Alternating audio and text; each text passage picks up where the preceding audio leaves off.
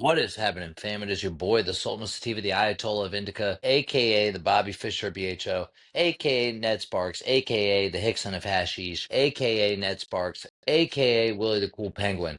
And I'm here today, aka Lord Bongtimore, and I'm here today with a brand spanking new episode of Let's Motherfucking Toke About It. I am your host, of course, Lord Bongtimore. It's been a little minute. I know I've been whack. Episode 102 with Shane never uploaded. I didn't have internet. Been really fucking struggling through life here for a little minute, but I'm back on track. I've been accomplishing goals left and right. Smashing 20, a fucking redheaded stepchild, just beating the fuck out of. No, things are good. Things are very good. And it's interesting, man. Life is interesting. A lot of fucking wild shit happening. Hold on a second. I'm gonna get a little crazy here. Maybe give myself a little light. Let there be light, please. Let there be light. Oh shit. Oh my god, the blue light is killing me. There we go. Maybe that'll help a little. Yeah, that's better. I think. Maybe. A little less shadow on the old noggin. There we go.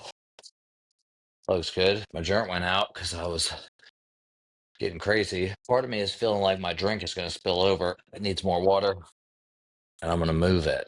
So, yeah, like I said, crushing goals. It's been a little minute. I know 102 with Shane took a little bop to drop.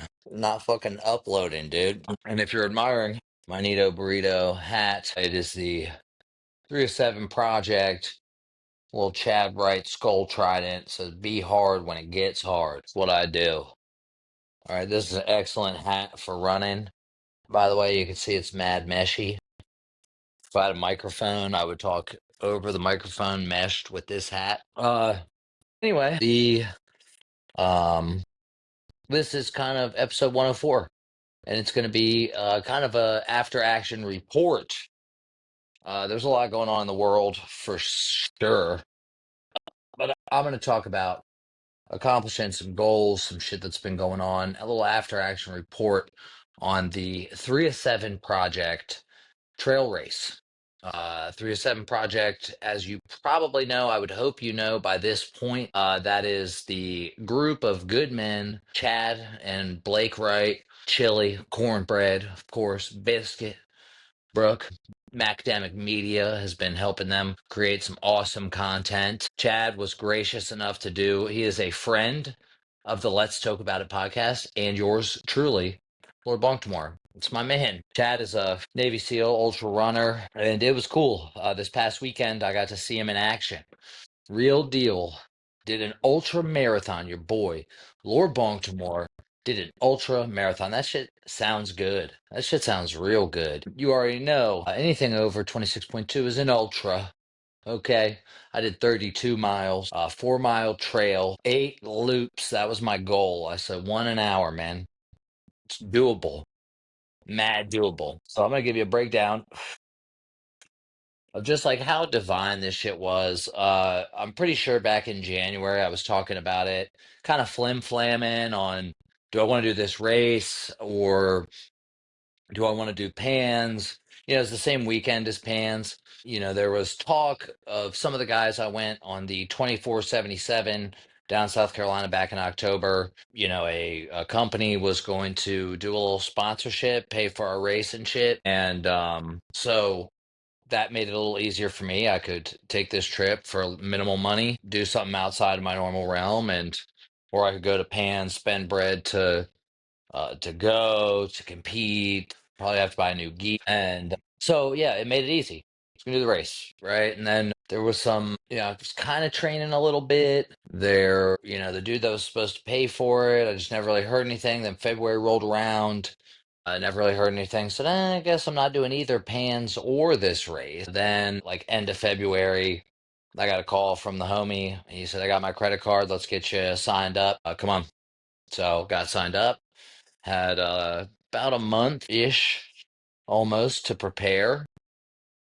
And which compared to the 15-week marathon training plan that I was working on, less than a month is not a full training camp at all. So I didn't, it was one of those ones. I was like, well, I'm going to give it what I can. I'm going to train as much as I can in this allotted time frame and, rely on whatever athleticism I got.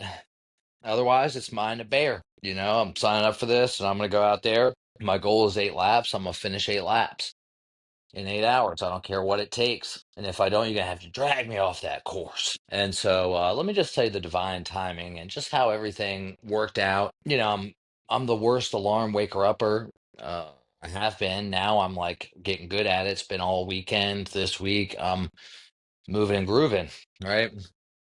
Uh, went down to my mom's, was flying out of BWI, went there. My flight was at 6:30 in the morning. So I had to get up at like 4 in the morning. I woke up 10 minutes before my alarm. Never happens. Woke up feeling refreshed. It was only maybe, I don't know, 5 hours of sleep tops. Went to the airport, got there, no issues. Although they did try, they pulled my bag out to the side. It was hilarious. There was this dude with like a cowboy hat. Somehow his cowboy hat ended up in my bucket. And he was like, that's my hat. That's my hat. That's my hat. Was getting fucking pissed. But they were like, sir, calm down. You'll get your hat. And like they like verified me. I was like, hey, that's his hat. He can get his hat and get the fuck on out of here. They did give him his hat. I don't think he was late to his flight, if I'm guessing. He went. They were like, I need to see your computer. I was like, I don't have a fucking computer in there. I was like, I have a Camelback for this race. Most of my, first of all, so like I flew Southwest and that's good, but I was flying Frontier home. So I had to and I wasn't paying for a carry on or a check bag. Both of those. Excuse me. Hell no, Frontier. Honestly, I don't even like flying Frontier since they put me on their no-fly list and then like took me off it quietly. I'm actually about to file a fucking lawsuit. Okay, I'm gonna learn how to fucking file a lawsuit. I'm filing one against Frontier. Bet that. All right, bet that. So I had to consolidate a bunch of shit, and I used this thing. It was like the Underseat Pro luggage. That thing fit smack dab perfectly in the front. They're like, sir, we need to see that your bag is not too big. I said, oh no. Bam, slammed it in there. No problem, easy breezy. And they were like, okay, good to go. Southwest. I flew down. My main man, Tin Man, picked me up. We went to the Waffle House, and there was one on one side of the street, one on the other side of the street. This is Atlanta, man. All right, there's Waffle Houses everywhere. One up the street. This was probably one of the best Waffle Houses I've been to. And I'm telling you right now, I've been to many, many Waffle Houses. All right. I know a thing or two about a good Waffle House. I've been to them. Okay. Surprisingly, Colorado has a good Waffle House. Not going to lie. There is one about 45 minutes from me, right actually in the same parking lot as a gym that I train at. I just never go there. I feel like I have to go to Waffle House when there's like I'm on a road trip. It's like only a road trip thing. I can't do it any other time. There's no reason. We go to Waffle House, great Waffle House experience. Yeah, I get the usual, man. Waffle, fucking 2 eggs, scrambled bacon, hash browns, a white toast. Had jelly, didn't use it. Okay, didn't use it. Why? No particular reason. Just didn't want to. What else was going on? The Waffle House was dope. We went back to Tin Man's crib. Got us all his crib. It's like a nice little cabin in the woods. Very comfy, very homey. Met his wife, lovely woman, hilarious, cracking jokes. Although one thing that neither him nor I could understand was why she threw away his antique copy of Mein Kampf. Yeah, it's just Mein Kampf. They had the Communist Manifesto there too. Didn't throw that one away. Okay. If you've never read Mein Kampf, well, you should. I read it when I was like 14. Don't really remember a lot of it now. Definitely put myself on a list by checking it out from the library, public library, no doubt. They gave it to me anyway, but I'm sure I'm on a list and have been ever since. We hung out. I was, doing what I do because I do it. And, we just chopped it up and had a nice long drive to the Airbnb or Verbo or whatever it is where we were staying at to meet up with some of the other guys from 24 Story. My man, Darren. Darren was fucking the man as per usual. Good to see him. My dude, Purple Belt Greg. He's 10th planet Purple Belt, man. He's not just any purple, and not just any 10th planet either. 10th planet Austin. All right, Texas. Right. So the cool thing is we got this little crew now. Brooks was there, old Brooks Cobb, a Brooks Cobb guitars. If you want a Brooks Cobb guitar, highly recommend. It ain't no cheap date, but it is a quality handcrafted piece of shreddable. Who else was there? Bean, my man Bean. He's if you listen to the 2477 episode, which I'm gonna just like keep saying it from here on out, I'm going to assume that you've checked it out or you've stopped and gone and listened to it because you're like, he keeps bringing up these people and I don't know who they are. They're an important part of my life and you hear about them in prior episodes. So go back and listen to the After Action Report, AAR, if you're slow. 477, Team 2477. What it was, we were supposed to go 24 hours or 77 miles or 40 hours. I don't remember where the 24 came from. I think that was the amount of people that were invited initially. And it was basically advertised as kind of a rock-esque mission, but a lot of different teamwork came into play and adaptability was a factor, which is and I was able to come through as a leader on the team for sure, and everyone played a part and rock and rolled through that thing. We all landed healthy, but Bean was it was done so we could raise some money for some cancer patients, help receive alternative treatments. It's like a nonprofit that Bean works for. Um, who else was there? Greg, Purple Belt Greg from 10th Planet Austin. He trains with fucking Ben Eddy. That's like one of his coaches. It's real deal. Okay. Mr. Dead Orchard himself, Mr. Greg, although he has a little bit harder of a time with some of these movements because his body is short. He has a different game, and that's good. Jiu-jitsu for everyone in all body types, you can find ways to succeed and play your game, right? Which is kind of one of the themes I'm gonna bring up later, right? When I was actually out on the course, I was running my race, right? Just as I play my game in jiu-jitsu and I make others play my game, I ran my race. I made others run my race. I wasn't running their race. And I'll get into that as we were going. So Bean was there. He's like a minister. He's a older guy. He lost his wife to cancer. That's where his personal mission with the nonprofit he works for is. And he ministers these guys. I didn't even know he did like premarital counseling for Greg and his wife. By the time this comes out, Greg and his wife should be close to getting married or married. So congratulations, Greg, who trains at 10th Planet Austin Jiu Jitsu with Ben Eddy, Mr. Hindulatine, aka Mr. Dead Orchard. And anyway, and there was a dude, Bruce. Bruce was not on Team 2477, and I had not met him, but Bruce had done Ironmans before, which he said were easier than the rock course. And that's interesting because maybe now I want to do an Ironman. I mean, I get a little kind of freaked out about the open ocean swimming with the sharks. Like that's makes my butthole go. But Bruce was cool. I think I don't want to. I want to say he was 65. He was talking about grandchildren. I could be off, and I'm sorry, Bruce, if you listen to this, which I don't know if Bruce is going to listen to this, but the other guys are, and maybe somebody will tell Bruce, but I mean Bruce, no disrespect. It actually is a testament to how fucking tough as nails the dude is for going out there. We showed up. God damn, I came in. Greg was cooking. It was actually Greg's birthday, and he was serving the squad, cooking up steaks, different cuts of steak. The tri-tip I had never had, but I'll tell you what, I'm a fan.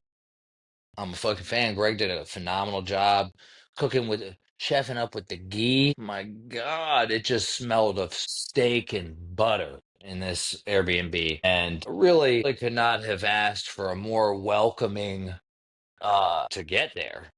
Showing up and everything is it smells like freaking steaks.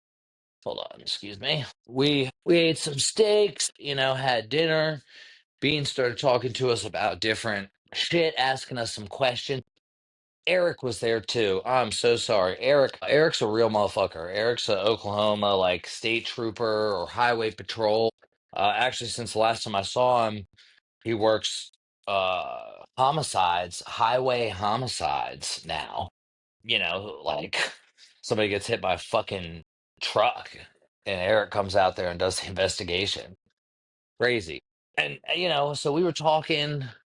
And it's gonna be, I don't know. I hope none of the guys are fucking pissed that I say any of this shit, but this is my shit.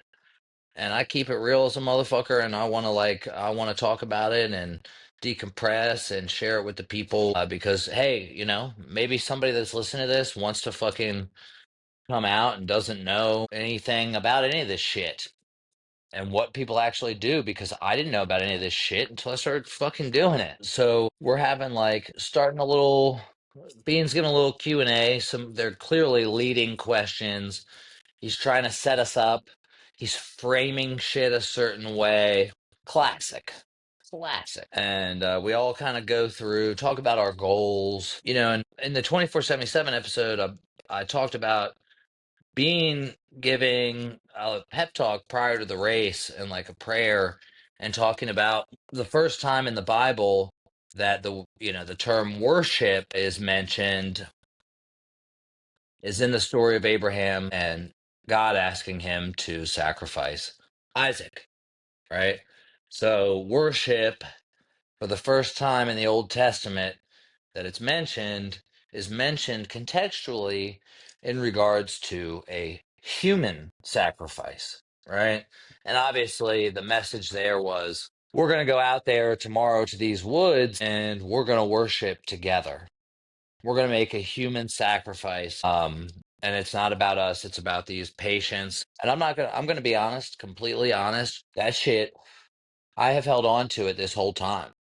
Like it's really something that has stood out to me and has been important, and maybe not like something I think about daily, but a lot more than not, to be honest. And he didn't disappoint this time talking about decision making and where in the Bible they talk about it. He was talking, I think it was 1 Corinthians verse 6, and they're talking about how to make good decisions. Is it profitable? How to utilize the people, the experts around you, the people on your team.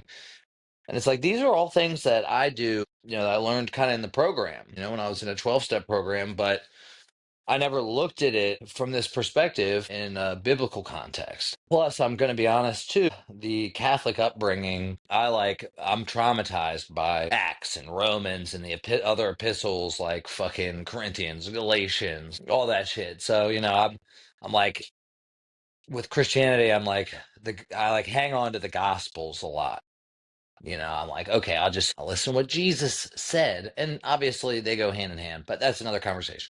But it was really cool. And he was talking about like the term for something is profitable and, talking about decisions and are they profitable, and profitable meaning not just monetarily, but spiritually as well. And I'm in like an ever changing situation where I think about it and it's like, there are ways that I could be more profitable, but it doesn't agree with where I'm at on my spiritual journey. And so I'm not willing to do those things. And instead, I suffer because to me, it feels like it's the right thing to do. And I'm looking to change everything in my life in so many ways. So we're talking about shit, talking about, at one point we were talking about love and fear, and as parents, what do we want from our kids? What's more important, and it was like you had to pick one or the other, and really trying, like I said, trying to set it up and frame it. So it wasn't really like you couldn't just play that duality thing, but brought up fear and talking about thinking that it had something to do with his short fuse, having something to do with the fact that when he's out on the road working, he said these people have to do what I say or else they go to jail, and it doesn't work that way at home. And I'll tell you, first of all, it like blew my mind just to hear a cop say that. Blew my mind. And it wasn't like he was saying it with any sort of malicious intent or like some arrogance about him or some real sense of like better than thou, but just really like a matter of fact. He's like a Midwest boy, not, he's interesting because there's definitely a level of depth, and I could tell that he reflects on the things that he thinks and that people say. Good man, great wife.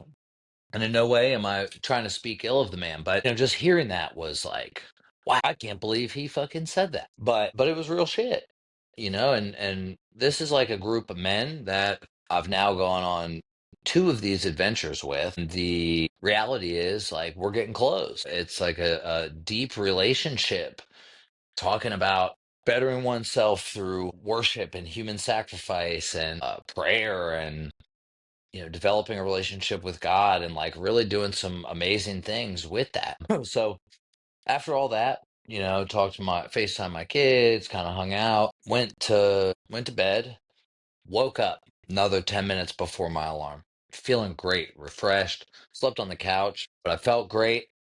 I was rested. I had couldn't really eat, was a little nervous, basically thought it out. I had a game plan. I wanted to utilize the things that I've learned on these last two missions, the 2477 and the ROP. I also have an after action report and a pre action report on the ROP. I think that's like episode 64 and 65. And then number 75 is actually with Chad. And we talk about the ROP and some of the ins and outs of it. And so I highly recommend you check those out if you haven't already, if you're new here. But I know all my OGs have already listened to them and are loving them. Okay. But I had a plan.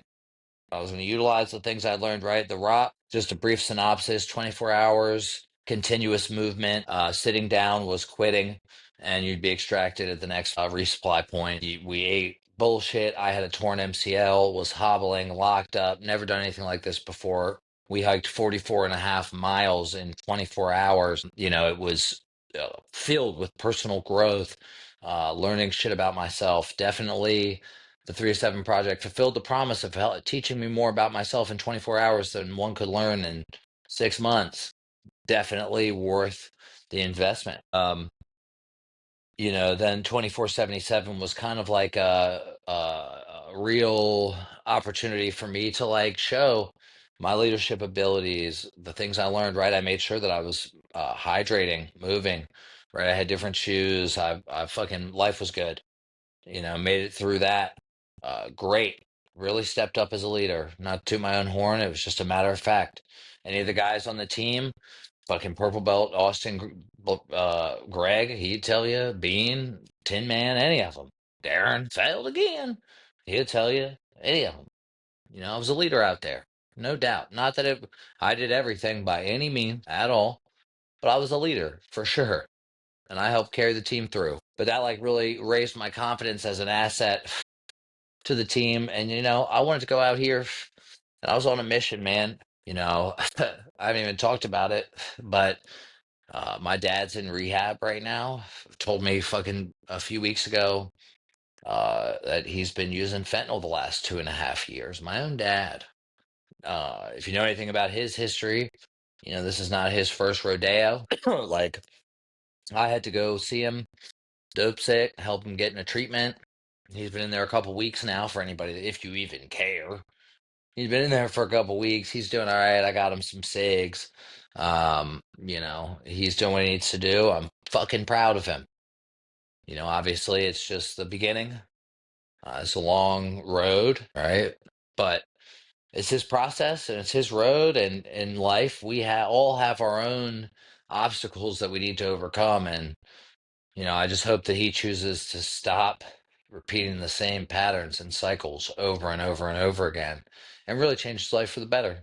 It's my dad.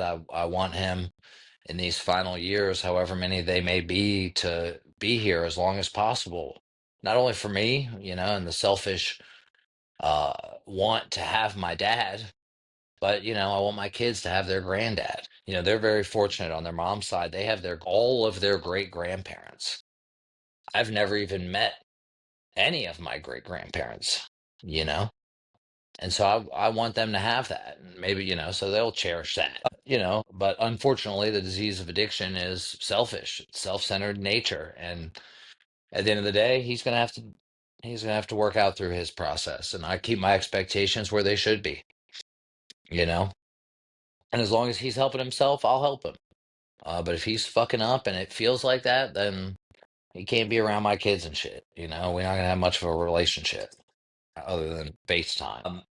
But I wanted to run this race to set an example for him, right? I do the things that I say I'm gonna do. Said I was gonna go down there and run this race, and I was gonna run 8 laps. That's one lap an hour, 4 miles an hour, 15-minute miles. right? I knew the uphill sections were going to be hard, but my plan was haul ass downhill, and it balanced out for sure. Some of my uphill miles, I'll tell you about the course in a second. So we get there, me and the Tin Man show up. I'll tell you what, man, and I'm gonna get Chili to record a video or something. I know he will. I just know he will. Cornbread, my man, Corn, he fucking was handling traffic, right? So we pull up, it's still dark out, right? This is 6 in the morning. And Tin Man, he's a Georgia boy. He knows cornbread.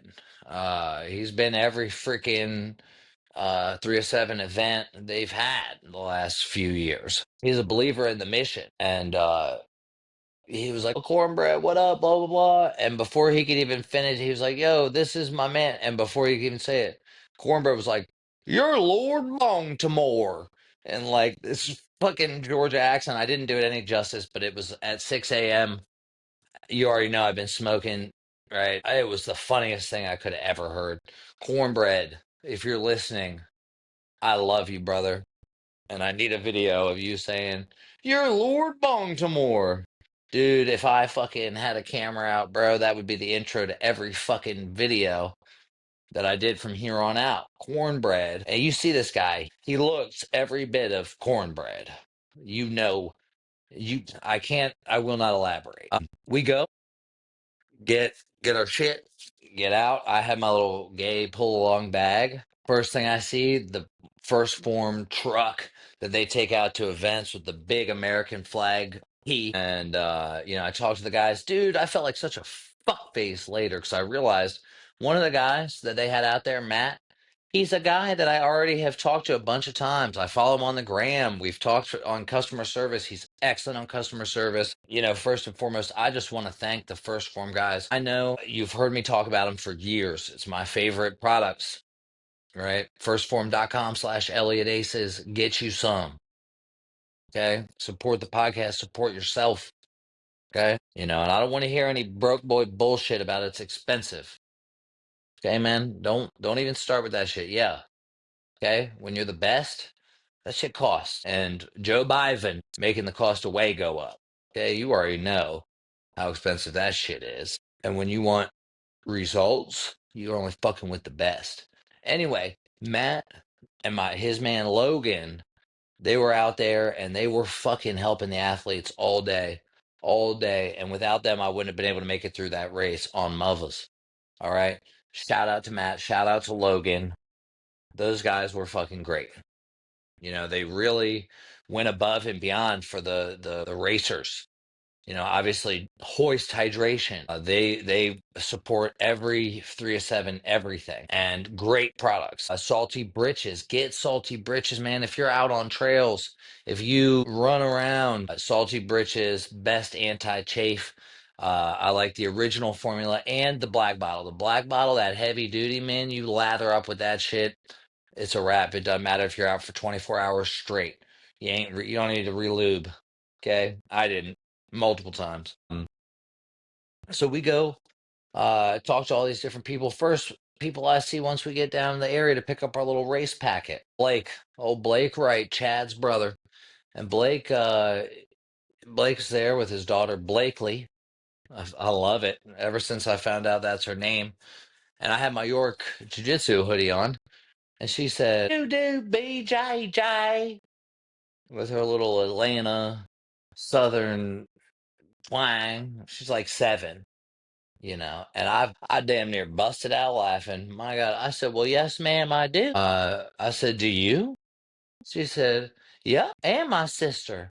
I said, "What about your daddy? Does he come train with y'all?" She said, "Yes, he does." I looked over at Blake. I said, "Blake," I shook his hand. I said, "You're a good man, Blake." I said, "I hate them parents who sit on the sidelines while their kids are training." I said, "You're out there on the mats. Good work." I said, "Well, hey, well, maybe one day I'll come down and I'll show you and your daddy some moves." She said, "Oh yeah? Well, maybe he'll show you something." I was like, maybe he will. And so it was up to Blake, just like chopped it up for a second, went and got my race pack at 1492. Lord Bongtimore fucking ran with the 307 crew. You know how we do. And got myself ready. It was a little chilly. I put on my Pimp C socks, Sweet Jones. I said I'm doing this for those who can't, but, obviously Pimp C, one of those people. My man Bali, one of those people.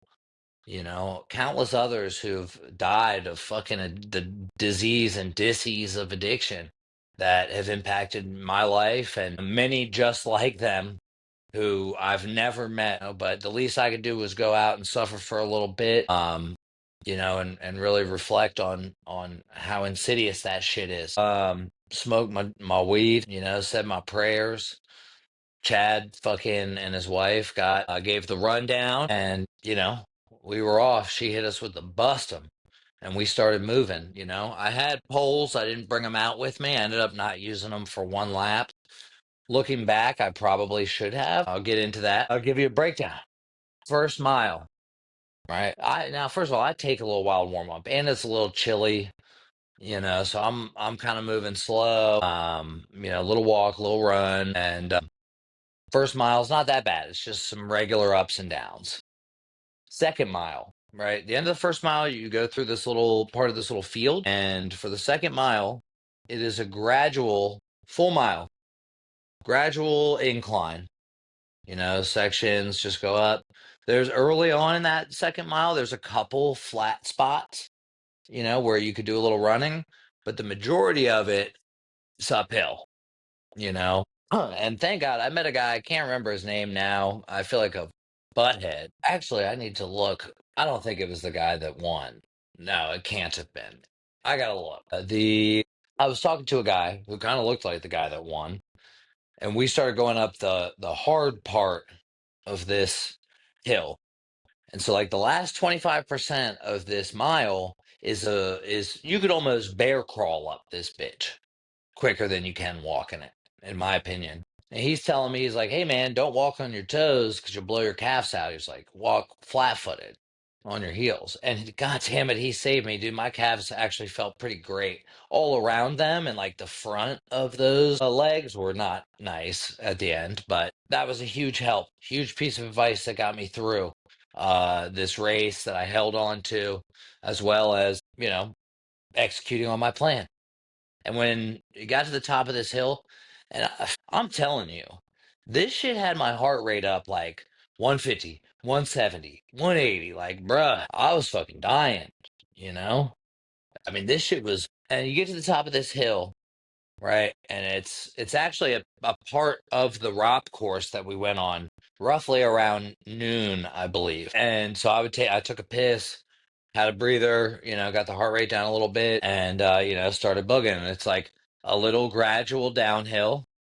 And then it's like it was almost, if honestly felt like a roller coaster. Like, you're like and I'm like going down. It's not like the big first drop is the big drop.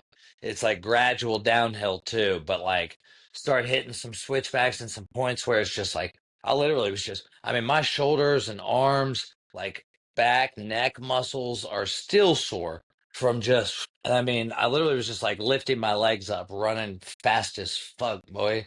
So like what was taking me 17, 18, 25 minutes by the end in that second mile, my third and fourth miles were like 9, 10, 11 minute miles, like hauling ass. And it felt so good. All these people that were passing me on the uphill, I started passing on the fucking downhills. And so it was a 4 hour and 8 hour race. We go, I'm boogieing, I'm feeling good. I forgot my headphones too. I left them in my car at the airport. So had no headphones. I'm raw dogging this race. I got like some little snacks in my pocket. I got some hoist hydration. I got my camelback full of water, and that's it. I'm out here. First couple laps, first lap, 40 minutes, had 20 minutes to spare. I was pumped. Okay. 40 minutes, 44 miles, 40 minutes. All right. Not too shabby. Let's keep this pace up, boy. And that started to like gradually decrease, but like each stop, I made sure that I was getting water. I was chugging more water out of my thing, refilling my camelback if I needed to, getting another bottle of hoist, throwing some extra, either the Immune Ready, the Hoist Hydration sticks, or Ultra Form or the First Form hydration. Make sure that I'd have like a couple of these little mini cups of Ultra Formants, and then boom, I was back out on there, right? One of the main things I learned on the ROP was make sure you have enough supplies to make it to your next resupply. My resupply was back after the 4 mile loop. I needed to make sure I had enough calories so I could keep myself going.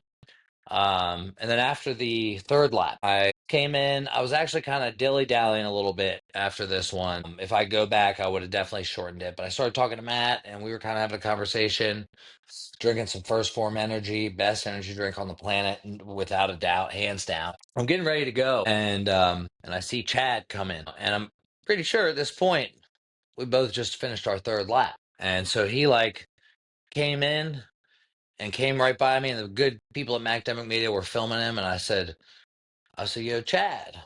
I said, you didn't tell me we were going to be on the Pinhoti.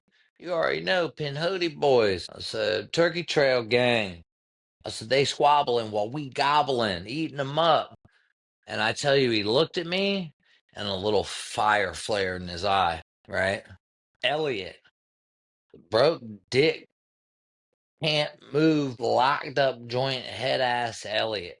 Fucking hanging on for dear life, head ass Elliot was in the corral getting ready to go before Chadwick J. Wright. That was like just a tiny moment, right? And I knew we got a lot of race, right? But like that fired me up, right? That pulled out a little dog. And so I after I said that and he looked at me, I started going, finishing the first mile, literally getting up, like just getting to the end of the little field part. I hear, Elliot, Elliot. And I look back and it's old Chad. And he's moving. He's moving, boy. Right. Breezing through that first mile. And he's like, you're and so I was still normally I was like later I was walking this portion, but because Chad was right there, I was giving a little as my best effort, like really trying to. He's like, you're moving pretty good out here. I said, oh, thanks, Chad.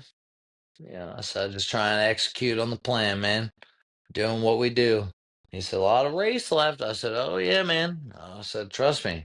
I said, I'm staying in the moment. That's where I'll be. He said, all right, well, have a good race. And he just started booking. I mean, that uphill, he wasn't running it, but like his ability to move through it was pretty solid. And to watch it, I was impressed, highly impressed. Right. So don't think I'm egotistical here, right? But like, that was something out there. I was looking for any things that I could to just like fuel me and motivate me and like keep me going and just give me that extra push. Because, while there were some points, especially on that second mile, where I was interacting with different people, just having little convos, chit chats while we're all going, struggling through it, like there's an element of, I want to see where I'm at. I'm testing myself. I'm trying to see what's good. There's 250 people between the 4 hour and the 8 hour. I got to look at what the breakdown was on who did how many of those people showed, how many people did which. And then so Chad passed me. Mind you, this guy runs races. This is his home trail.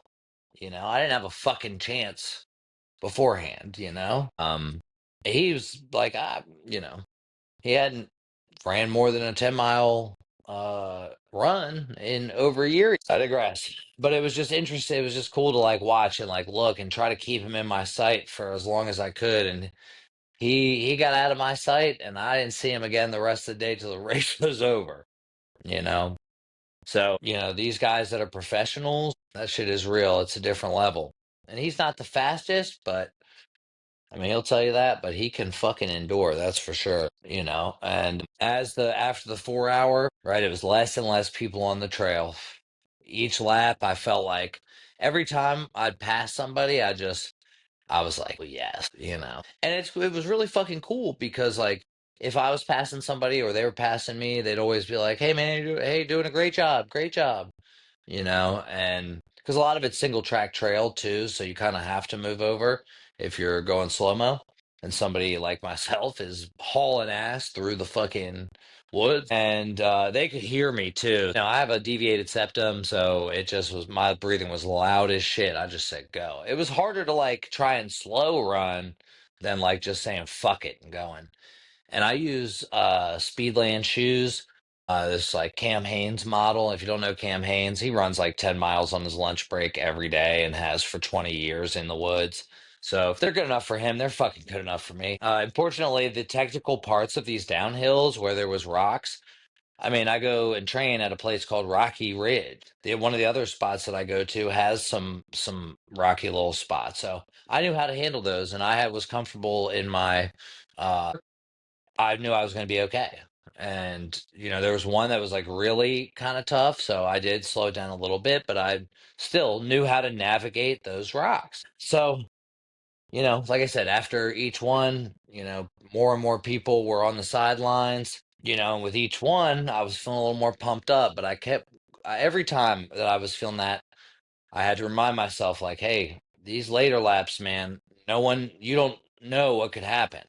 Because, well, like I've gone through this kind of stuff before with the other hikes. This was a much shorter span of time, and there was a lot of, you know, it's just different when you're running. And so I get to like the fifth lap, something like that.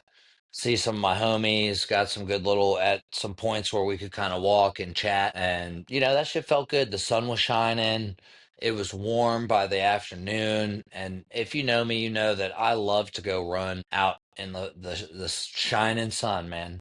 I feel so connected to God and just like I'm right where I'm supposed to be. And because I was having some success, like I said, another thing that got me through, I had probably three different shakes from the first form guys, Formula One, Ignition, post workout stack.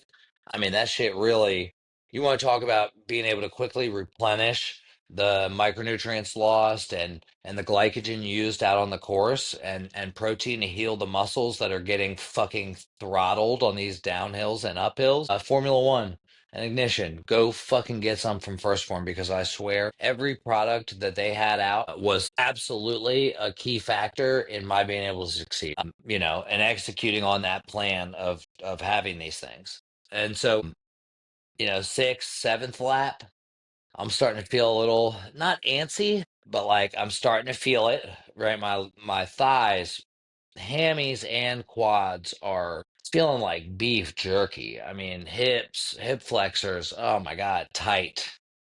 Like I'm rubbing fucking where the femur meets the hip bone, and that shit is. I need to go lay on that so right. Fucking pop these psoas muscles. But went through, on the eighth lap. That uphill was hard. That second mile took 25 minutes. 25 minutes to get up that second mile. I'm telling you, my steps were so short. It was like literally one foot would go a couple inches further than the other was, like whole way up, hurting. But just like thinking about everything that was happening, everything that was going on, and it just was like I was getting pumped. On the downhill, my feet were definitely starting to feel it. My ankles were swollen from just banging these downhills. And yeah, I could feel it in like the tendons in my knee. Oh man. And I was coming over the last little hill before the where you turn off to go like to end the lap where all the aid station is and shit. And a dude's like coming up past me. I'm like, how many laps you do, man? And he said, I'll be finishing my 11th lap. My man went 44 miles at Ultra Preacher on Instagram. Go give him a follow. He won the race for the 8 hours. I don't know who won the 4 hour race, but when I crossed that finish line, man. Oh, and little Blakely said, hurry up, Elliot. It cracked me up, man. But I felt so good. Shout out to Brooke. Shout out to Mac Demick for snapping a couple flicks of me, shots of me crossing that finish line. Definitely bound to get them joints framed. Yes, I will frame some shit of me in my own damn house. And that shit felt spiritual, man. I spent a lot of time praying, for strength, the ability to carry through, to stay present. I mean, I use literal meditation techniques on that second mile the whole time because it's easy. When you start breathing heavy, it's just like jiu-jitsu, right? When you start breathing heavy, you're going to waste more energy. And so, like, I really was trying to maximize like what I had. This is my first race. I don't know how it's going to be. Let me maximize every way that I can. And I'm going to use jiu-jitsu philosophy to get through this shit. I don't give a fuck. Okay, people can do it. Chad, right? He has more experience than me, no fucking doubt. But he's a man. Okay, anything anybody does, I can fucking do. Okay, and you could too. God damn it! Just fucking believe in yourself. If you just even cared, just even fucking try a little bit. And we hung out a little bit after. Got to talk to Chad. Got to talk to the fam. Catch up with a couple people that I met up with and that I met on the trail, and um, really gonna be able to see what the fucking deal is as far as uh, this race and shit. Like really getting to see what I was all about. So I was fucking so proud. And I had all my team there cheering for me. The other guys didn't run as much as me. Everyone had different goals for the race, and they weren't emotionally attached to a number or anything like that. But for me, I set a goal of 32 miles. That was 8 laps. That's what I fucking did. 7 hours and 40 minutes. Had time to spare. I went in there in a field that was supposed to be 250 people. I don't know how many people actually showed up, but hey, you were on the sign up, you're included. Out of 250 people, I was 27th, just outside the top 10 percentile. And that was with, and I don't want to downplay my training, right? I did some good 8-mile trail runs, 9-mile trail runs, a bunch of runs on my treadmill that, were imperative to my fucking training, a lot of running, you know. I slacked this winter on rucking and doing some uphill rucks, but I've had plenty of those. I know, I was able to get through. But I felt like I could have done more. Like if there was more time, I could have gotten some more miles in. But for this, my first race, I did fucking great. I did great, and I feel great about it. My team was super supportive. Everyone was pumped. Like I said, I got some nice congrats. It felt good. Next morning, got on a plane, came home, got to spend some time with my babies, and I mean, it was great. My kids were proud of me. They stayed at their grandma's, so got to eat a nice dinner with my mom. Blessed, man. So blessed. It was unfortunate, and I don't want to turn it into a downer. But then the next day, Monday, my cat passed away. One of them. And I'm not gonna start crying and shit now. It's just not time for that. Uh, but it's like fuck. I was feeling fucking good, and I was like, you know what? Monday I'm gonna start 75 hard again. So I started 75 hard, and got a workout in, my 10 pages, some of the shit that I do. And, fucking rocking. And then my cat dies in the afternoon. And I'm like, one of the first things I think is, oh, well, fuck 75 hard. My fucking cat just died. This cat that I've had since he was literally born. And that's not a joke. And then I had to sit and tell myself, I'm like, no, dummy, that's exactly what this shit is for. The reason that I'm doing it again is because I want to ride the momentum of the race, and use this as a way to propel me. I did 75 hard once last year. I didn't do the whole Live Hard program like I did the year before. I only did it once. It was good, but there was, I let my bitch voice win over the winter a lot of times because it was fucking cold and I didn't want to go get a second workout in. And that's just the truth. I was being a bitch, So, I said, I'm going to do this shit. I'm going to crush it and really ride this momentum out. And, some positive shit came through on some business shit I'm working on. There's a lot, man. It's a good, it's a good time, but it was just kind of like, you don't get time to fucking celebrate more than 24 hours, motherfucker. And in fact, we're going to throw a little extra, life's going to throw a little extra shit on your fucking plate. But guess what? You can handle it. Grind it out. So day two, day two, baby. Almost in the books. I got to finish up this water. I'm almost done. And I need to eat. So I'm fucking hungry. And then I'll be done day two. Take my little photo before I shower. It'll be off to bed for day three. Tomorrow I got work shit, so it's imperative that I get up early and get this shit done, as much of it as I can prior, so that my afternoon, evening doesn't require me to get much else done, and because I'm not trying to spend this 75 hard doing a bunch of tasks late at fucking night, trying to keep this streak of getting up early, getting my shit done quickly, rocking and rolling, so um that's pretty much all I have for the after action report. If you have any thoughts of challenging yourself, sign up for the fucking 3 to 7 trail race that's happening in October or November. That one's apparently a chill vibe too. I might be going out to that to fucking rock it out. Who knows? So with that, Bongtimore out.